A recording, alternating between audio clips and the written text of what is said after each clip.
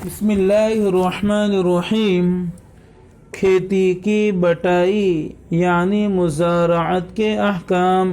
Number 1، مزارعت کا ترجمہ ہے کھیتی کرنا، اردو میں اس کو بٹائی کہتے ہیں۔ نمبر 2، لوگ اپنی کھیتی کو بٹائی پر دیتے ہیں، یہ جائز ہے۔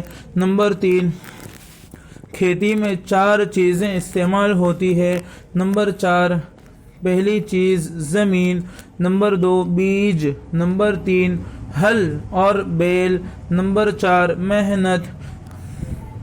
نمبر 5، شریعت کا ماننا ہے کہ بیج جس کی ہے پیدا شدہ غلہ اسی کا ہے، کیونکہ اسی کی بیج سے غلہ اگتا ہے۔ نمبر 6، عموماً ہوتا یہ ہے کہ زمین ایک کی ہوتی ہے اور بیج، بیل اور محنت دوسرے کی ہوتی ہے۔ نمبر 7، اس میں یہ صورت ہو کہ جو پیداوار بھی نکلے اس کا مثلاً آدھا زمین والے کا اور آدھا بیل، بیج اور محنت والے کا ہو۔ نمبر 8، بٹائی صحیح ہونے کے لیے یہ شرط ہے کہ کتنے مہینے تک بٹائی کرے گا اس کو متعین کرے، کیونکہ تاریخ متعین نہ ہونے سے جھگڑے کا خطرہ ہے۔ نمبر 9، تاریخ متعین نہیں کی پھر بھی بٹائی جاری رکھی اور کوئی جھگڑا نہیں ہوا اور بعد میں فصل کے اپنے اپنے حصے پر قبضہ کر لیا تو اب بٹائی صحیح ہو جائے گی۔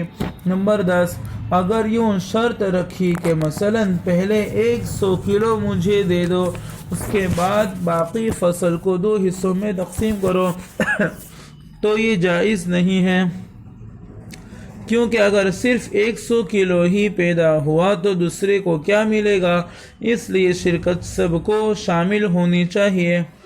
نمبر 11، یا شرط رکھی کہ نالی کے پاس جو پیداوار ہوگی وہ ایک فریق کو دی جائے گی، تب بھی بٹائی فاسد ہوگی، کیونکہ اگر صرف نالی ہی کے پاس فصل ہوئی اور باقی زمین میں نہیں ہوئی تو دوسرے کو کیا ملے گا، اس کی محنت بیکار جائے گی۔ نمبر 12، اگر زمین سے کچھ بھی پیدا نہیں ہوا تو اب کام کرنے والے کو بھی کچھ نہیں ملے گا اور زمین والے کو بھی کچھ نہیں ملے گا، کیونکہ شرط یہ تھی کہ پیداوار میں حصہ ہوگا اور یہاں پیدا ہی نہیں ہوا تو کس کو کیا ملے گا۔ نمبر 13، اگر بٹائی کسی شرط کی بنیاد پر فاسد ہو گئی تو غلہ پورا کا پورا بیج والے کا ہوگا اور جو کام کرنے والے ہیں اس کو جو بازار میں اتنے کام کی مزدوری مل سکتی ہے وہ مزدوری ملے گی۔ نمبر 14، اگر کام کرنے والے کی بیج ہے تو زمین والے کو اتنے دنوں کا کرایہ ملے گا۔ نمبر 15، اگر بٹائی کی بات طے ہو گئی اور بغیر کسی عذر کے کھیتی نہیں کر رہا تو اس کو کھیتی کرنے پر مجبور کیا جائے گا، کیونکہ کھیتی نہ کرنے سے دونوں بھوکے مریں گے۔ نمبر 16، اگر پھر بھی کھیتی نہیں کرتا تو بٹائی کو توڑوانے پر زور دیا جائے گا تاکہ دوسرا آدمی اس موسم میں کھیتی کر سکے۔ نمبر 17، مثلاً 3 مہینے کے لیے بٹائی پر لیا تھا، اب وقت ختم ہو گیا اور فصل پکی نہیں ہے تو باقی دونوں کے لیے زمین کو کرائے پر لے اور اس فصل کو پکنے دے۔ نمبر 18، جو بیل والے ہیں وہ اپنے حصے کی کھیتی کا کرایہ دے گا، زمین والے کا جو حصہ غلے میں ہوگا اس کا کرایہ نہیں دے گا، کیونکہ یہ تو اس کے حصے کی فصل ہے۔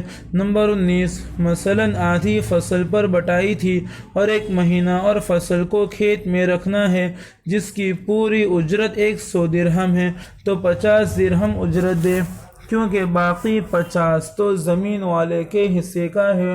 نمبر 20، کھیتی کی مدت جو طے ہوئی تھی وہ ختم ہو گئی تو اب کھیتی پر جو خرچ ہوگا، مثلاً سیراب کرنے کا یا کاٹنے کی اجرت، یہ دونوں پر اس کے حصے کے مطابق ہوگی۔ کیونکہ بٹائی ختم ہو گئی ہے۔ نمبر 21، کھیتی پکنے کے بعد بٹائی ختم ہو جاتی ہے، اس لیے اس کے بعد جو کام ہے اس کا کرایہ زمین والے اور بیل والے دونوں پر لازم ہوگا۔ نمبر 22، لیکن اگر وہاں کے عرف میں ہو کہ فصل کاٹنا، اس کو گاہنا، اس کو جمع کرنا کام کرنے والے کے ذمے ہوتے ہو، تو پھر وہاں کے عرف کے اعتبار سے کاٹنا گاہنا کام کرنے والے اور بیل والے کے ذمے ہوگا۔ نمبر 23، مزارعات کی ایک شکل یہ بھی ہے کہ زمین کو کچھ مہینوں تک کے لیے اجرت پر لے اور اس میں کھیتی کر کے فصل پیدا کرے۔ اس صورت میں زمین والے کو اجرت مل چکی ہے، اس لیے الگ سے کچھ غلہ نہیں ملے گا۔ پھل سیراب کرنے یعنی مساقات کے احکام۔ نمبر 1، مساقات کا ترجمہ ہے پانی سے درخت اور پھل کو سیراب کرنا۔ نمبر 2،